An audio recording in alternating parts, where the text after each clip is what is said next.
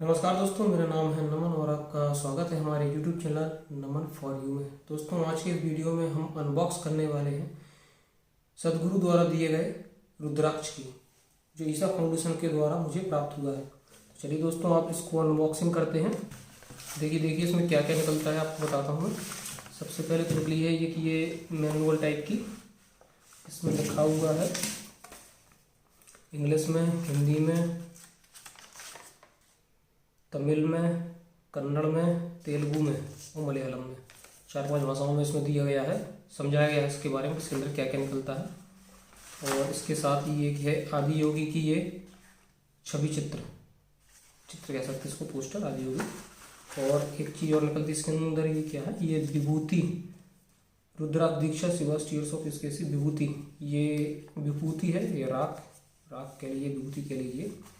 ये प्राण प्रतिष्ठित राख है। और दोस्तों, ये निकला है अपना रुद्राक्ष। मैंने एक रुद्राक्ष मंगाया था, इसलिए मुझे एक रुद्राक्ष मिला है और बाकी ये अपना पैक खाली हो चुका है। इसमें और कुछ नहीं है, तो रख देते हैं साइड में और देखते हैं अभी ये निकला है अपने पास। इसमें लिखा हुआ है कि पैकेट के अंदर क्या क्या निकलेगा। ये रुद्राक्ष लिखा है, अभय सूत्र, ईशा विभूति, आदि योगी, शिव की तस्वीर। तो तस्वीर ये रही शिव की और विभूति ये हो गई, अभय सूत्र और रुद्राक्ष उसके अंदर होंगे।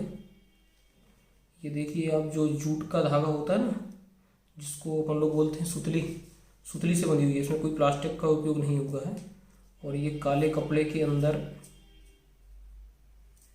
रुद्राक्ष है और ये धागे हैं, धागा है एक, 2 धागे हैं।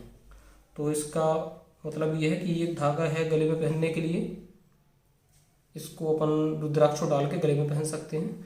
और दूसरा धागा जो है वो अपनी कलाई पे बांधने के लिए, जो महिलाएं को बाईं कलाई पे बांधना है। इस पर लिखा हुआ है, यह है प्राण प्रतिष्ठित धागा, कलाई पर बांधा जाता है, महिलाओं की बाई, पुरुषों की दाई। इसको केवल अपन को कलाई पे बांधना है और इसका उपयोग कम से कम 40 दिन करना चाहिए अपन को। और अच्छी चीज़ है, ये निःशुल्क बांटा गया है सदगुरु द्वारा।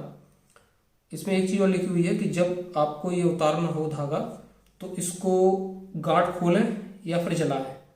या तो इसकी गांठ खोल लीजिए तब उतारिए, या फिर इसको जला कर निकालिए।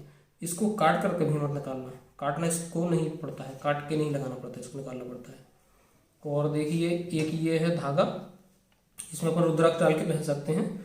लेकिन रुद्राक्ष पहनने का एक तरीका है जो बताया गया था कि रुद्राक्ष कभी भी गले में ही, केवल गले में पहनना चाहिए। गले के अलावा शरीर के किसी अन्य भाग में, कोई अपनी कलाई पे बांध लेता है, कोई कहीं पहनता है टखने पे, बाह पे बांध लेता है, उसको नहीं पहनना चाहिए। रुद्राक्ष पहनने का सबसे सही स्थान होता है गला। गले में रुद्राक्ष को धारण करना चाहिए। और रुद्राक्ष धारण करें तो उसको धारण करने के लिए या तो आप कोई रेशम का धागा ले सकते हैं या कोई सूती धागा ले सकते हैं। और रेशम सूती धागे के अलावा अगर आप किसी धातु में उसको पिरोना चाहते हैं तो सर्वयुक्त सबसे अच्छी उसके लिए धातु होती है तांबा। या तो आप कोई तांबे की चैन वगैरह बनवा लीजिए, उसमें डालिए इसको, या फिर चांदी में या फिर सोने में। इसके अलावा कोई और धातु, जैसे ये हो गई आपकी लोहा वगैरह, इसमें मत डाल के पहनना, इसको सही नहीं रहेगा। और दोस्तों, एक चीज और है कि ये रुद्राक्ष जो है ये पंचमुखी रुद्राक्ष है। 1 2 3 4 5 पंचमुखी रुद्राक्ष है। तो इसको कोई भी पहन सकता है। और इसका एक चीज़ का ध्यान रखना है कि जब अपन इसको धारण कर लें तो नहाते समय अगर अपन साबुन या शैम्पू का उपयोग कर रहे हैं या किसी के प्रकार का केमिकल का उपयोग कर रहे हैं तो इसको अपने शरीर से अलग करके रख दें, जिसके इसके ऊपर किसी भी केमिकल का प्रभाव ना पड़े। ना इसके ऊपर साबुन लगना चाहिए ना कोई केमिकल, क्योंकि ये प्राकृतिक है। और उल्टे सीधे जो केमिकल चलते हैं हार्ड, इनसे ये टूट भी सकता है या फिर खंडित भी हो सकता है, इसलिए इस चीज़ का आपको ध्यान रखना है। और एक बात और कि अगर आप नहा रहे हैं गर्म पानी से तो गर्म पानी से भी इसको दूर रखें। गर्म पानी से नहा रहे, शैम्पू या कोई भी लगा रहे हैं साबुन वगैरह, तो इसको निकाल के रख दें फिर नहाएं। अगर आप किसी भी प्राकृतिक झरने में नहा रहे हैं, नदी तालाब में, या फिर जो अपना पानी निकलता है ताज़ा पानी, ठंडा पानी, कुएं का, नल का या फिर बोरवेल का, किसी भी पानी से आप इसको नहा सकते हैं, तो कोई दिक्कत नहीं है। अगर उस स्थिति में आप बिना केमिकल के, बिना शैम्पू के, बिना गर्म पानी के नहाते हैं तो सबसे अच्छा है इसको आप गले में पहनकर नहाइए, क्योंकि उसके ऊपर जो पानी पड़ेगा वो पानी अपने शरीर को लगेगा, उसका प्रभाव अपने शरीर पर बहुत अच्छा होता है। इसलिए कोशिश करें कि गर्म पानी का प्रयोग ना करें, और जब भी आपको शैम्पू या साबुन लगाना तो इसको निकाल कर रख दें। ठीक है दोस्तों। और एक चीज़ और मैं आपसे कहना चाहूँगा, उपयोग कोई भी कर सकता है, महिला, पुरुष या बच्चा। आप इसमें ना पड़े कि ये नहीं कर सकता, वो नहीं कर सकता। हाँ, अगर पंचमुखी रुद्राक्ष के अलावा कोई और रुद्राक्ष होता तो फिर उसका उपयोग हर कोई नहीं कर सकता है। उसको किसी, जैसे कोई योगी व्यक्ति होता है या कोई विशेष व्यक्ति होता है, उसकी संपर्क में उससे जानकारी लेकर ही उसका उपयोग करना चाहिए। लेकिन पंचमुखी रुद्राक्ष का प्रयोग आप कर सकते हैं, और समय किसी भी समय उसको पहन सकते हैं। सुबह से उठकर जो अपने पर डे के कार्य होते हैं, नित्य क्रिया होते हैं, वो भी कर सकते हैं, कोई दिक्कत नहीं है। लेकिन इसको अपन को उस समय भी यूज कर सकते हैं। जो प्राकृतिक है उसमें कोई दिक्कत नहीं है। अन्य किसी अप्राकृतिक चीज में अगर आप कोई ऐसा कार्य कर रहे हैं तो उस समय इसको तो अपने से दूर रखें।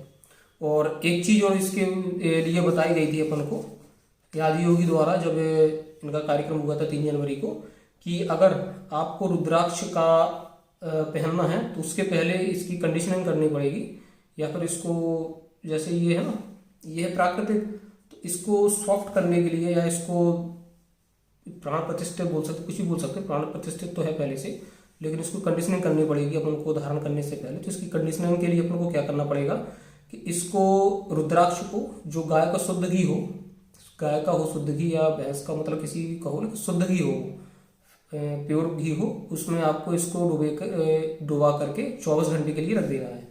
और जब आप इसको 24 घंटे बाद उसमें से निकालेंगे, घी में से निकालेंगे, तो फिर आपको फुल फैट दूध में, यानी कि बिना पानी मिला हुआ, बिना पका हुआ दूध, जो प्राकृतिक दूध होता है, कच्चे दूध में, गाय का दूध हो तो सबसे बढ़िया है, देसी गाय का दूध, या देसी गाय का घी भी अगर आपको मिल जाए तो सबसे अच्छा है।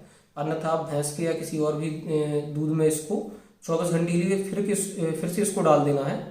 और फिर 24 घंटे बाद इसको निकाल कर इसको साफ पानी से धो सकते हैं अपन आप, और कोई साबुन वाबुन इसको प्रयोग ना करें, इसमें साफ पानी से धो लीजिए, और इसको धो के आराम से धागा डाल के आप पहन सकते हैं।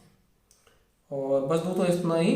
और एक चीज़ और है, जो ये विभूति दी गई है, विभूति के बारे में ये जानकारी बताई गई थी कि जो विभूति होती है, उस विभूति क्या बोलते हैं इसको, विभूति का प्रयोग अपन को करना है। एक तो देख लिए, ये होता है अपने दोनों भौहों के बीच में, ये स्थान नाक के ऊपर, यहाँ पे अपन इसका प्रयोग कर सकते हैं।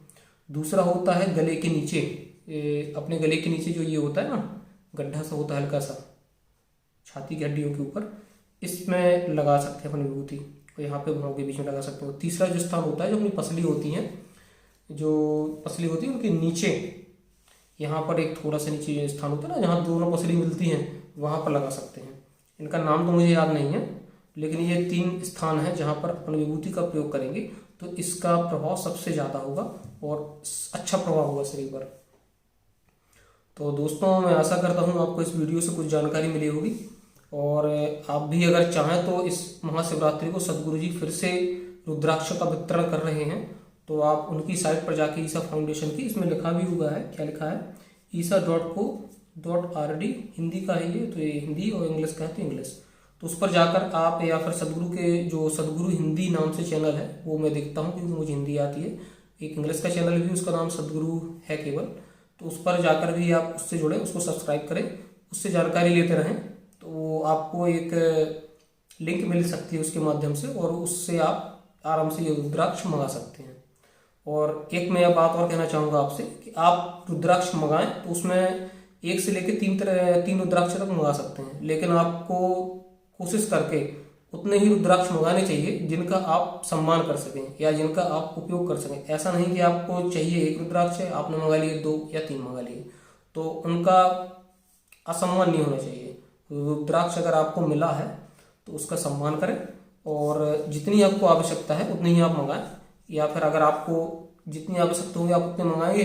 अगर ज़्यादा मंगा लिए तो किसी अन्य व्यक्ति को जो इसके लिए उपयोगी होगा या जिसको ये चाहिए होगा उसको नहीं मिल पाएगा। इसलिए आप जितनी ज़रूरी हो उतना मंगाइए, और जो अन्य व्यक्ति होगा जिसको इसकी ज़रूरत होगी उसको भी मिल पाएगा। इसलिए ऐसा ना करें कि एक ज़्यादा मंगाएं, उससे किसी दूसरे का नुकसान हो। ठीक है दोस्तों, तो बस आज की वीडियो में इतना ही। आगे मिलता हूँ आपसे फिर से दूसरे वीडियो में।